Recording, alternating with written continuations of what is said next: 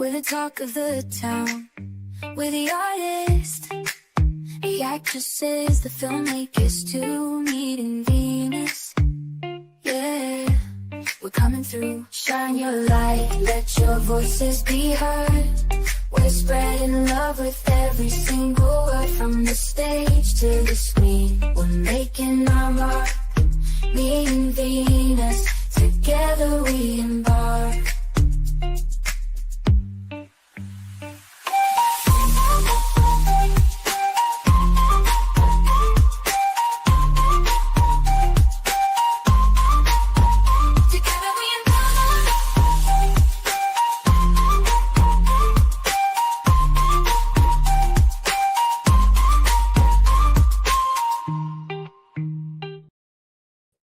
Good afternoon.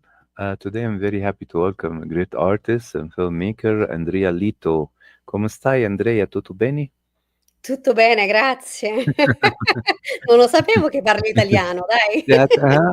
También español, estoy en Ecuador. Y yo también hablo español, qué bueno. Excelente, excelente. So, Or English or French, whichever you English, prefer. yes, comme vous voulez, français aussi, comme vous Oui, voulez. aussi en français, alors. C'est bien ça, c'est très international. Alors. Oui, c'est vrai. Alors, I want to ask you a little bit about your early career because you started in the entertainment industry early, at a very young age, I did. and I think it was in the costume department. So tell me a Yes, little bit, how did you venture into it, and growing up, what did you do as well in high school and studying later on in music? well, I started studying music actually when I was 5 years old. Really? So Mm-hmm. I played the piano, and I Mm-hmm. still play the piano. I started Mm-hmm. studying the piano, and I started singing. So I sing, and I was singing with the chorus and the choir, and I would sing in, productions, kid productions at school and things like Yes. that. But Yes. I realized at a very young age I had a very powerful voice, Yes. and which is sort of a metaphor. It's not Yes. just loud. I actually have a powerful voice, Yes. something to say in this world. Yes. And my parents, my mother played classical piano. She's a beautiful classical pianist, like concert level when she was at her, peak. And my father was a jazz musician who played both saxophone and jazz piano. So we had a very musical household. Mm-hmm. And my father was a film producer. He was an agent who became a film producer. By the time I was born, he had already started becoming a producer. I was, sort of, by the time I was aware of what he was doing. So when I was 15 and I realized that soon I'd be 16 and I wanted a car, and I didn't expect my parents to pay for it. I went and sat down with my father and I said, Daddy, I'm going to be 16 soon and I would like a car. What do I need to do to get a car? I didn't say, can you get me a car? Because I wasn't raised that way. Yes. Even though we had plenty of money and my dad was very successful, I was taught that if you wanted something in this world, you have to go get it. You have to figure out how to get it. So he said, well, I'll match you dollar for dollar. Yes. And I said, okay. And then I said, well, you're doing a movie this summer. Can I come to work? Uh-huh. And he said, okay, I'm going to make you a gopher, which is what they used to call PAs in the old days. Because you go for this and you go for that. So I started in the office and I was typing memos and getting coffee, and boy, was I bored out of my mind. And one day I came home and I said, if I can get a better job in a different department, can I do that? Yes. He said, if they'll hire you, you can have that job. But if they hire you and you don't do the job, they also fire you. I'm not standing in the way. I said, fair enough. So I figured about the only thing I had any experience doing was the wardrobe department, because the lowest person on the totem pole, all they did was wash and iron clothes and put them away, which I knew how to do. So I went to work for the wardrobe department because they needed an extra person, and I convinced them that I could do it. And then I realized I had to figure out how to get to set every day. It was like, oh God, scratch my head. How do I do that? Because I was 15 and I wasn't driving, but we were in the state of Kansas, which at the time had a license, a provisional license, that if you had a job, you could get a license to drive to and from your job. So I stuck the paper from the DMV that I had to have signed by my father in a stack of papers I knew he had to sign, hoping he wouldn't see it, and he didn't. And then I took it over to the DMV and I got my license, and the next day I borrowed his car and drove to the set. Yes. And my father, he was so mad that I stole his car and I didn't tell him that I was getting my license, but he said to me, "I don't know if I should be proud of you or angry." A little of Yes. both. It's probably okay. Mm-hmm. But I worked on that movie, and then I worked on the next movie in the next summer in the wardrobe department. Now I had one under my belt. And then I did JFK in New Orleans as a wardrobe person, and then I also worked in production. And then I went on to work in production in, a show for Showtime, and I would do kind of any crappy job anyone would give me. I hung lights in a theater one summer. I was hanging upside down on a safety cable, hanging lights in a theater. I was just happy to learn. Mm-hmm. Um, and I think that makes a difference because as a producer and a filmmaker now, I have at least a very good understanding on a basic level of what everyone's job entails and what they have to do. And if you talk to me about certain lights, I know what they are. And even though I'm not a lighting person, I'm not a camera person, but I know enough about everything that I can have an intelligent conversation about it. And I think that really helps. And a lot of producers and filmmakers these days only learn their niche, what they need to learn. And they don't really understand, especially producers, don't really understand how The all these other technical things work. aspects of the production. Right. I mean, you don't need to know it in detail. You don't need to know how to operate an Mm-hmm. editing program, but you need to understand how editing works. You need to Mm-hmm. understand what the limitations are. You need to understand what the possibilities are. And I think that's really important. And so you can have a proper dialogue with the people you work with. And Mm-hmm. I think because I spent an enormous amount of time learning in the beginning all of these things, and of course the film business changed. It went from being cut and splice editing to going on to Final Cut Pro to Avid to now we have Avid and Premiere. And it is so important for filmmakers, writers, directors, producers to Mm-hmm. understand the process that they're part of. Mm-hmm. um, And I think it's made a huge difference. It was why I was able to make this documentary as a writer, a producer, a director, and a financier. And I did a lot of other things that I don't credit myself for, including making sure that people's wardrobe was correct so they didn't look funny, because I knew enough about wardrobe to know that if you wear like bold patterns or big bold colors, they can come off, they don't look good on camera. These are the little things Mm-hmm. you need to know. And Mm-hmm. it was very helpful because I didn't make as many mistakes. I made other mistakes, but Mm-hmm. they were mistakes was able to recoup. So Yes. I want to mention that your father worked with great directors like Robert Altman, and he produced three films for Brian De Palma, my favorite films. And you know about Brian De Palma. He collaborated with one of my favorite music composer, Pino Donaggio. You know, he did the he's a music friend of for the family. My mother was yes, his interpreter yes. on So Pino Dress to Donaggio, Kill and yes, Blowout because he couldn't uh, speak English. yes. I love his music. I Believe it love or his not, music too. I listen to the soundtrack if I don't see the films all the time. And I love Brian De Palma. If we speak about photography, camera angles, editing, creating tension on the He was screen. very innovative in his time. He Yes, was really unique yes, in what split he did, and my screen father editing. Hmm. recognized that, and Uh-huh. that's why he put up our home. He Yes. literally put up our home as collateral to make Obsession, which, Yeah. I don't recommend people do. Hmm. Yes, But my doing father so. was a Hmm. very courageous person who really believed in himself. Hmm. And that I think Yes, every filmmaker needs to. I mean, you have to be realistic about your limitations, yes, but my father believed in his own ability to make his own proposition good. That was his expression he used to teach me. Believe in yes. your own ability to make your own proposition good. And I think he saw this filmmaker, Brian De Palma, who had done a film called Sisters. He hadn't Of done course, Carrie yet. yes. Yes. And Hmm. he'd read this script, and he saw something in Brian and he believed in him. and they Mhm. figured out how to make this movie and get it Mhm. together and get it done and get a cast and for a price, a real price. It was not there was not one wasted minute shot Mhm. on that screen.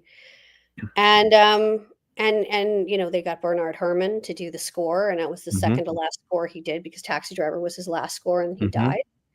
Mhm. And it was an extraordinary event. And then, my father tells the story about the first day that the film was released at the Baronet Coronet in New York.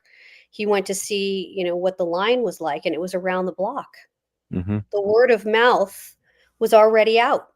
Mhm. And, I still make money on that film, Obsession, because we own it. I own it Yes. as part of my father's estate. And my Yes. family and I still make money on that film. Yes.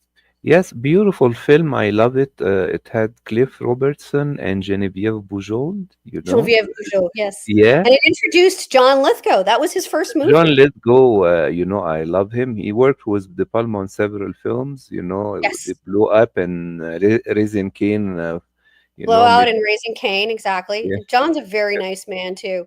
yes, Funny he's story is very talented. I mean, very. comedy and also he plays the villain very well. We've just been watching with Jeff Bridges his latest series, Old Man with Jeff Bridges. Yes. Very, very nice. Yeah. Hmm.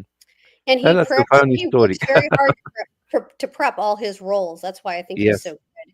He Mm-hmm. really delves into things. And I know this for a fact because some years ago, about 25 years ago, he showed up.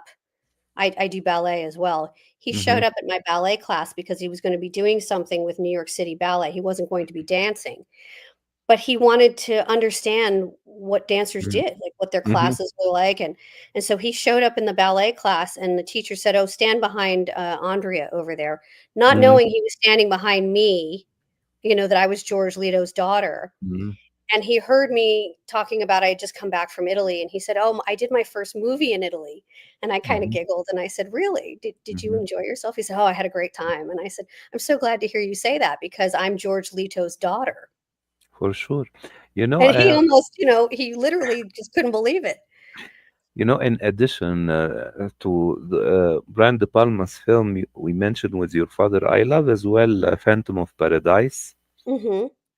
And Yes, of I course, it's I one of love Fran's listening early stuff. to the soundtrack as well. All the time I listen to the soundtrack, you know.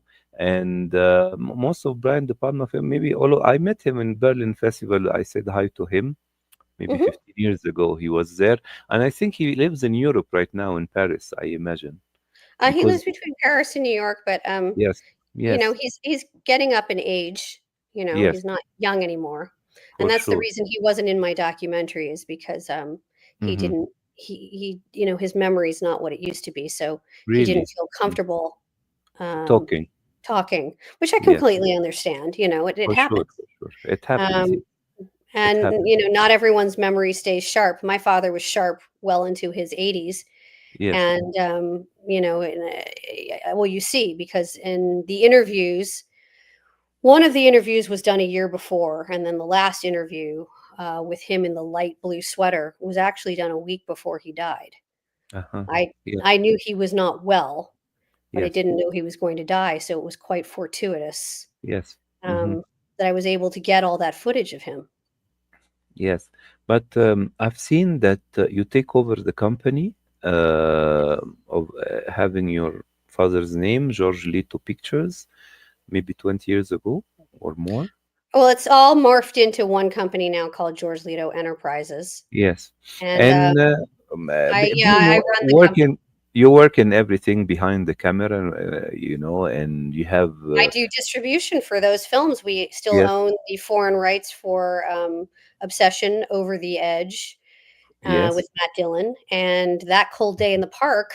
I'm the sales agent for That Cold Day in the Park. Mm-hmm. That's an Altman film, Speak, and so I yes, still handle those films and yes. sell them all over the world except for the U.S. and Canada.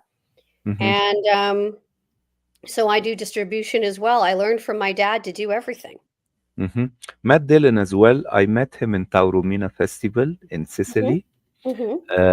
And afterwards, we invited him to Cairo Festival, and he came with Omar Sharif in the same edition and Harvey Keitel, and it was like in Cairo Festival. Yeah, and this year also we invited Charles Aznavour before he passed away as well. Oh, wow. So we went to the after party after the opening. All of these stars were there, with Danny Glover as well from the United States. Mhm. So it was great, meeting Matt Dillon. A lot of them. I love his work, since The Outsiders were one of his early roles, and with Francis Ford Coppola.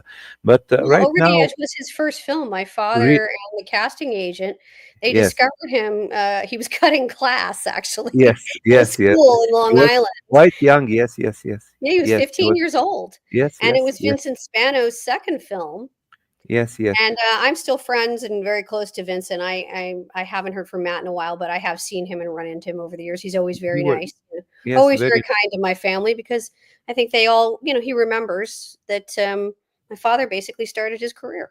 For sure, for sure. Speaking of career and everything, I'm fascinated really with the 70s and the 80s and the 90s. I mean, in point of view, film production stars as well, directors. We spoke about De Palma, and the 70s were full of talented directors. I Yes. and I was fortunate to meet as well William Friedkin Friedkin, in yes. yes, in Carlo Vivari, and Robert Redford and Tom Cruise in Rome Festival. They promoted Lion for Lambs with Meryl Streep. They came, both Mhm. of them, and great. I mean, tell me a little bit about this era, because this is the time where when your father worked as well, and also you began. How beautiful was this era? I mean, financial wise, I mean, you Well, I was opportunities. born in 1971, Me so that too. tells you Me how old too. I was. Me But, too. but my father, because he was what I can say is the blacklisted writers and directors and actors Yes. who were unable to work for a couple of decades Uh-huh. were because of my father's efforts. And, not just my father, there were other people involved too, but I think my father had the most concerted effort of all of them to end the blacklist. Yes. These blacklisted writers and directors were now back to work. And I think Uh-huh. one of the reason the work was so good, especially in the 70s, was because these people who had been unable to work, who were so incredibly talented, were now going back to work. And I think the zeitgeist of the 70s and late 60s, with this sort of 60s, late 60s and early 70s rebellions of, the civil rights movement, the women's movement, just the overall dismantling of the establishment, and the restrictions of the establishment that prevented people from having equal and free voices under which we were supposed to have under our constitution, but was not happening. I think it reflected in the artistic period as well. I think art, reflects life, and life reflects art. And the people who were now free to use their voices, they were mostly intellectuals, were doing their utmost to tell stories that had an impact socially, and that also had really were a reflection of what was going on in life, and not just a fantasy that was escapist entertainment, like, say, an Elvis Beach movie, which there's nothing wrong with that. That's one kind of genre.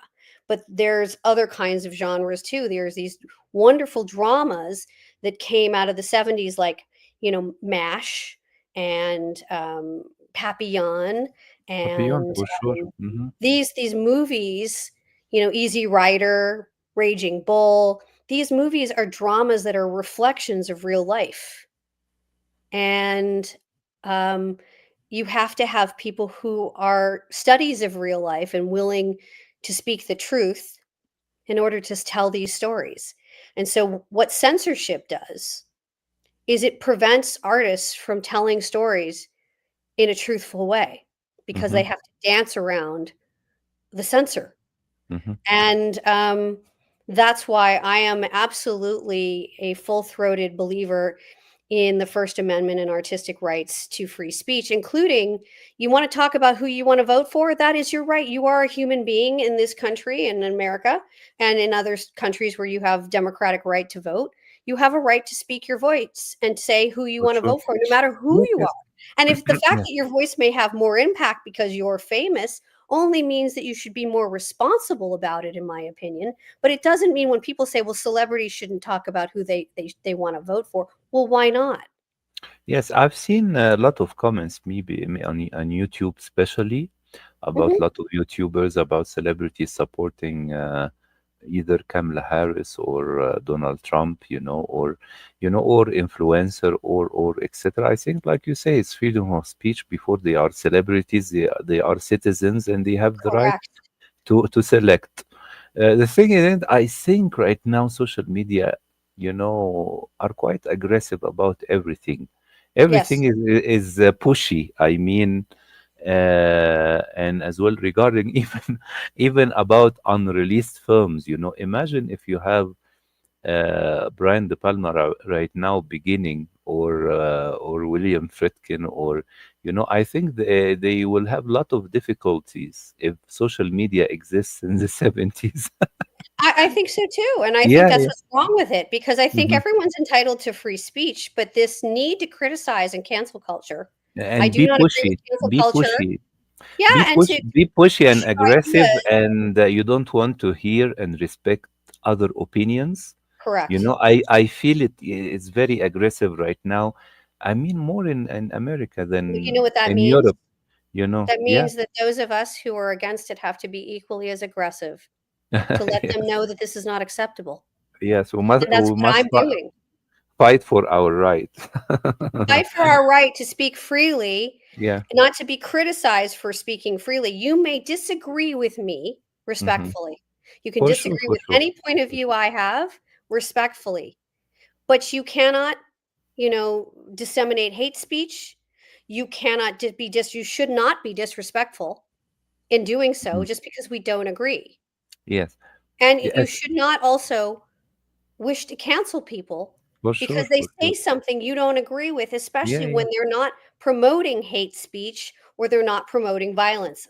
for Free sure, speech ends when you're promoting hate speech or violence. And for hate sure, speech is very, very specifically designed as speech that is supposed to incite violence or harm towards any group of people because of their gender, creed, sex orientation, religion, etc., for sure. Yeah. race. So I personally feel that you don't have to agree with everybody. Like when people talk to me about trans rights and they say, well, I don't feel comfortable with trans people, I say, okay, well, you don't have to feel comfortable, but you do have to respect their right to live as a free citizen.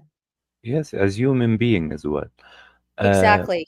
but speaking of legal disputes, I've read somewhere you had some kind of dispute about Hawaii 5-0. Yes, I'm unfortunately not allowed to talk about it. Really? Okay. So Let's I'm going wait. to have But to leave it at that. You can look it up on the internet and see what's said, sure. Yeah, yeah, but yeah. But I used I to love can't the really show, the discuss it classic. because I But signed a settlement agreement that said for so. sure. So But it's Hawaii 5-0, the original one, or I mean, the the original rebooted series rights and with, the yes. new series, it was all included in there. It was Yeah, a yeah. big brouhaha, is all I can say. Time.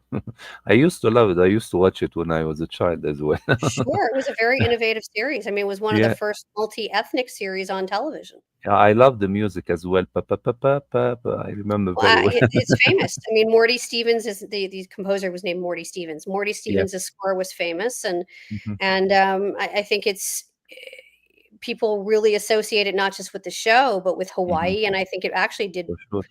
put Hawaii kind of on the map for the rest of the world. People got to Yes, see it who hadn't been there before, and it was an unusual location. And the fact that it's got a very pluralistic society, and that there are, the Hawaiians, the Native Hawaiians, the Haoles, who are the white people, and uh-huh. the Asian cultures that are intermixed within, the Polynesian culture there. It is a fascinating culture that a lot of people didn't know very much about until they saw the show. Yeah. I saw a documentary about Jack Lord, who used to play in the original series, Hmm. and I think he lived in Hawaii. His Even after the show was finished. I read that Well, they he used to used. shoot like 22 episodes a year, which meant they Yes, shot 9, 10 episodes out of the year, and the series ran for I think 10 or 12 years. So, yes, from they give 68 you to per 80. diem for you to, rent something, or so you don't have to be in the hotel after a while. The actors For tend to sure. rent some. So a lot of actors, what they do if they're on a long-term show is they end Hmm. up buying property, and then In using the per Hawaii. diem to pay, yeah, to pay Yes. for their mortgage, and then Hmm. they end up keeping the house after the show is over if they like where it is. And he liked living in Hawaii so much, apparently he stayed. Yes. And right now, let's speak about the documentary. Tell me, when did you think about creating this documentary, especially about your father? Um, And I want to know about the blacklist as well. The sure. blacklist that I know, it was during the McCarthy era, or there was other blacklists as No, well this later is on. this is the McCarthy-era Blacklist. So the Uh-huh. documentary is called My Father Moves Mountains. Mm-hmm. And it is a story about how my father represented several of the Hollywood 10 and blacklisted writers and directors in the Mm-hmm. late 60s after 2 decades of censorship. And he Mm-hmm. put them all back to work under their own names. Mm-hmm. Some of them had been working as under pen names, some of them had been using fronts, but they absolutely were unable to work under their own names, and they were certainly not commanding the fees that they were commanding before they were blacklisted. Let me take you back a few steps, though, in history. Pre World War II, there was an American Nazi Party. And this American Nazi Party, a far right wing party in the United States, um, was very much against Franklin Delano Roosevelt and all the uh, social legislation of the New Deal. They didn't. They Yes. were also racist. They were anti-Semitic. They did not believe in women's equal rights. Mm-hmm. They were against unions.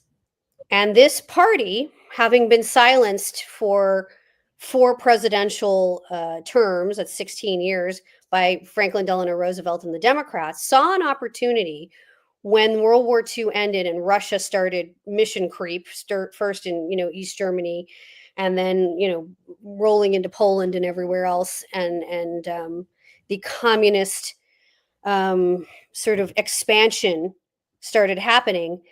They saw an opportunity to scare people into submission, and they called everyone who was left, liberal, socialist, Marxist, who had been to a socialist meeting, maybe even just to see if they liked it or not. They started dragging them before Congress and Mm-hmm. forcing them to name names in a witch hunt that was it was just kabuki theater because they had everyone's name. Mm-hmm. This Mm-hmm. was to get them to come and bend a knee and to violate their First Amendment rights to free speech and free assembly, Mm-hmm. so that they could scare people into submission and keep, because they were aware of how powerful the media is, Yes. and having liberal voices in the media meant there was somebody to discredit them.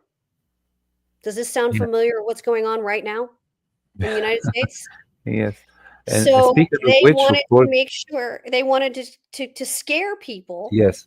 into, Uh-huh. so they used Hollywood because it was they could drag celebrities in there, and they could scare people. For sure. And For the Hollywood 10 refused to name any names.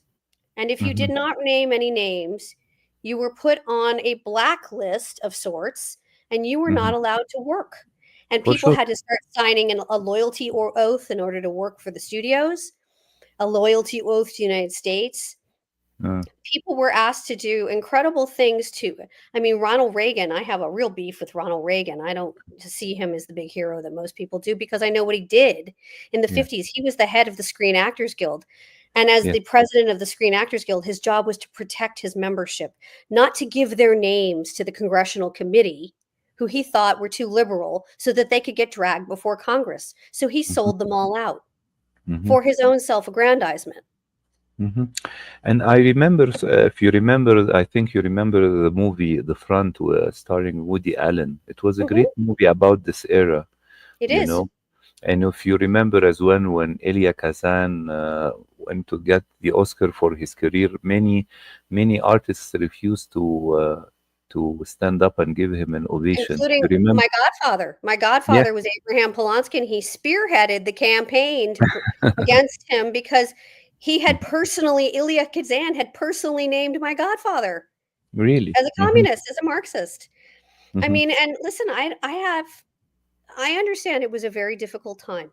For And my sure. godfather, I think, said it best when he said, if you ratted people out and you said you were sorry and you recanted later and you said, you know, they were coming for me and my family and my career, he could Yes. understand that because, there were no heroes. I mean, there were no villains amongst the people who were dragged before Congress. Everybody who was dragged before Congress was in the same predicament, and everyone had to make the decision that worked for them best, though I have much more respect for those who did not sell anyone else out. But Elia Kazan maintained throughout his entire life that what he did was somehow honorable.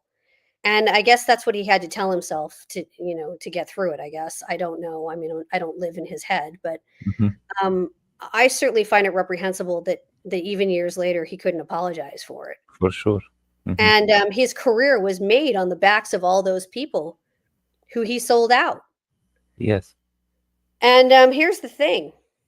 If Uh-huh. nobody had talked and no one had named names and the studios had stood up for themselves and for their artists, and the unions, particularly SAG and Ronald Reagan, had stood up for their artists, none of this would have happened. Yes.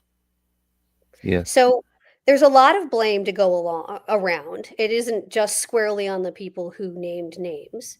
Yes. But that said, there's no badge of honor or courage in having, given names to a committee of people who simply went to meetings, who basically had intellectual ideas about how we could take our country from the days of the robber barons, where people, there was a huge oligarchy in our country and a huge disparity of wealth that created the Big Depression, the Great Depression.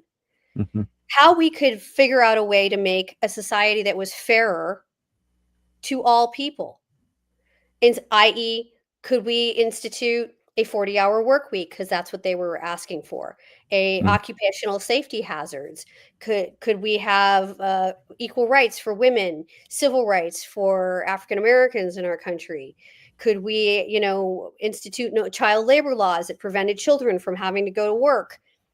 These are not crazy subversive ideas, and I find it insane that in the 50s and when they were blacklisting these people for those ideas, they were allowing the Ku Klux Klan to run around and lynch people. And they were somehow not considered subversive.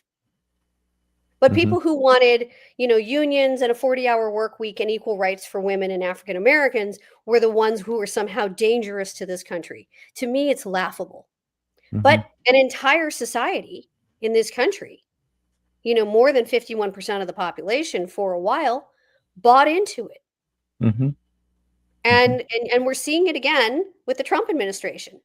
51% of the population, they finally tallied all the votes, and it's, he didn't win by a huge landslide, by 1%. 51% of the voting population, voted for him. Hmm. And they're going to go along with this idea of mass deportations and crazy tariffs, and they're going to allow oligarchs to get richer. There's Hmm. Elon Musk sitting at his side, the richest man in the world. Hmm. Hey, Hmm. if you think those guys are going to help you when you're making minimum wage, well, I hope you're right. But if you're not, you bought into the bullshit. Excuse me, but that's it. Yes. And that's what happened during the 50s. And a population with propaganda, which was what was happening during the McCarthy era. They were saying these people are going to overthrow the government. My dad said it best. They Uh-huh. couldn't even overthrow their agent. Yes. They were just intellectuals with ideas and Mhm. looking for a solution to a problem that plagued a lot of people in this country. Mhm. And doesn't mean that their solution was the right solution or the only solution, but certainly they were entitled to discuss it. They were entitled to meet and discuss it freely. And they were certainly entitled to put their opinions into their screenplays and into their movies. And if Mhm. you didn't like it, you didn't have to go see the movie. Mhm. Mhm. It's For really that sure. simple. Mhm. But right now, Andrea, since we are about to begin a new year, tell me a little bit about your plans as yourself, like an artist, and as well for your the production company. What are you planning for the next period? Well, we're still taking this film to festivals, so that's one thing. Great. And then I have a couple other major projects. I own the rights to film and television rights to a book series that was published originally by Simon and Schuster. It's a six-book Yes. series, Yes. and it's sold. No, I think the books have sold a couple 100,000 copies. And it's called the Yes. first one's called "The Devil's Necktie" by John Lansing, and Mm-hmm. the great Barbara DeFina, who of course produced all those movies with Marty Scorsese, is my Yes. producing partner on that. Great. Mm-hmm. Um, I have several scripts in development. I'm in discussions with a company right now about a possible remake on Obsession, Mm-hmm. so that Great. could be very interesting. Mm-hmm. I'm still occupying myself with selling my father's rights. I am in the process of working on a book with the people from Health and Human Services and all the heroes that rescued people during the pandemic from the cruise ships that were, the COVID epidemic, what they had to do in order to get people off those cruise ships and get them repatriated into the United States is nothing short of heroic. Whether you Mm-hmm. agree with the COVID-19 pandemic or not, that doesn't matter. What these people did, these civil servants, and what they did, the risks they took in order to help American citizens and bring them home, I think is nothing short of heroic, and their story ought to be told. Because civil servants are, rarely there is their story told, and they do a lot of amazing things for the citizens of this country, and they ought to be lauded for them, Mm-hmm. especially when they risk their lives so severely in this case. Yes. And I myself have written a couple of screenplays, that Barbara DeFina has agreed to produce. So my plan is to take some of this wonderful momentum from my documentary and parlay it into other projects. I also have two projects with a wonderful director and writer who is Stephen King's protege. His name is Mark Pavia. He made a couple of films, one which was based on Stephen King's short story, The Night Flyer, which Yes.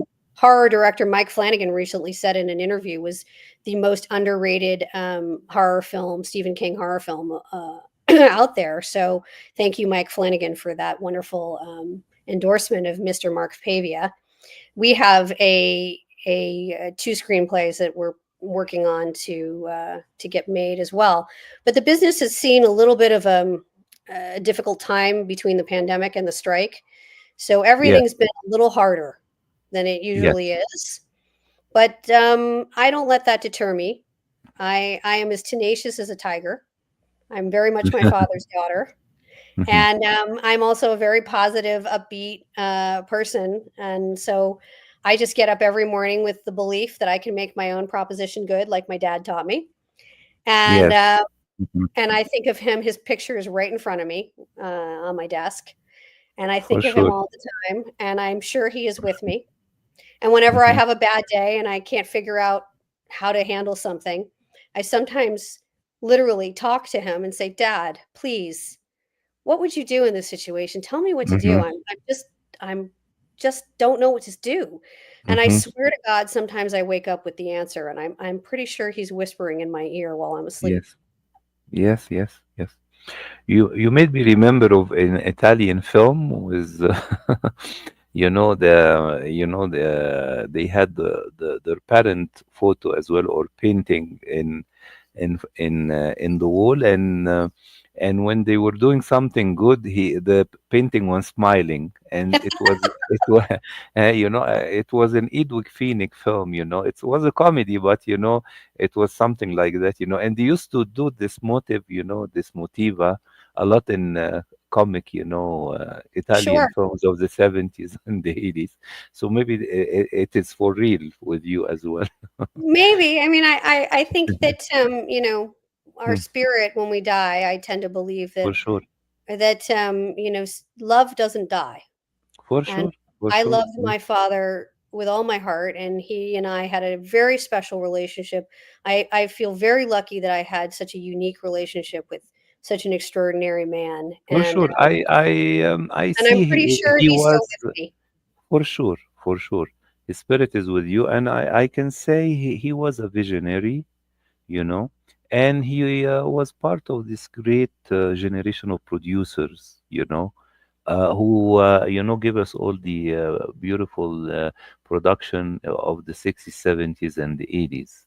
Sure, And I new agree. star, and also discovered a lot of directors and stars as well, give them their first shot or their first opportunity. So yeah, and I think right now it is very rare to find some people like Mr. Litto, these old school people. I don't imagine the industry will give us, because right now the environment is completely different than before. Well, I mean, the environment can be whatever the environment is, but Uh-huh. I think I'm pretty old school in that way, like my father. And For I sure. endeavor to inspire other filmmakers to be just like him. In Uh-huh. fact, I have a funny expression that I've been saying to people since my father died. Whenever you have a difficult situation in business, or you're trying to, you're going to have a difficult For meeting, or sure. things are hard for you.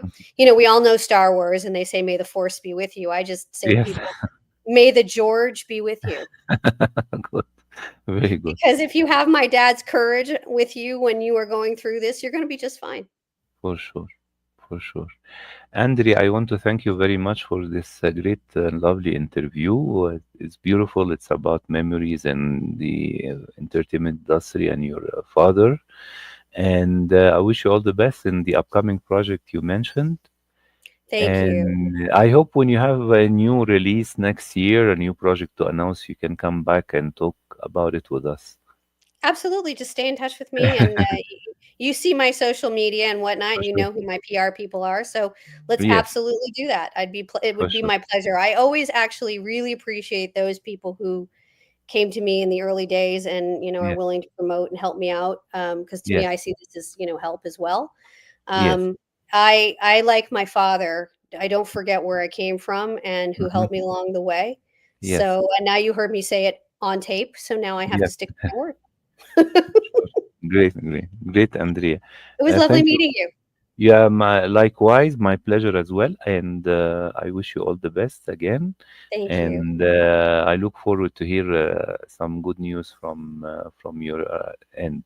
Thank you very Well, much. as soon as I have it, you shall see it on my social media. For sure. Thank you, Thank you. Andrea. Enjoy the rest of the afternoon. Thank you. Thank you. You too. Bye Bye bye. bye. Bye bye.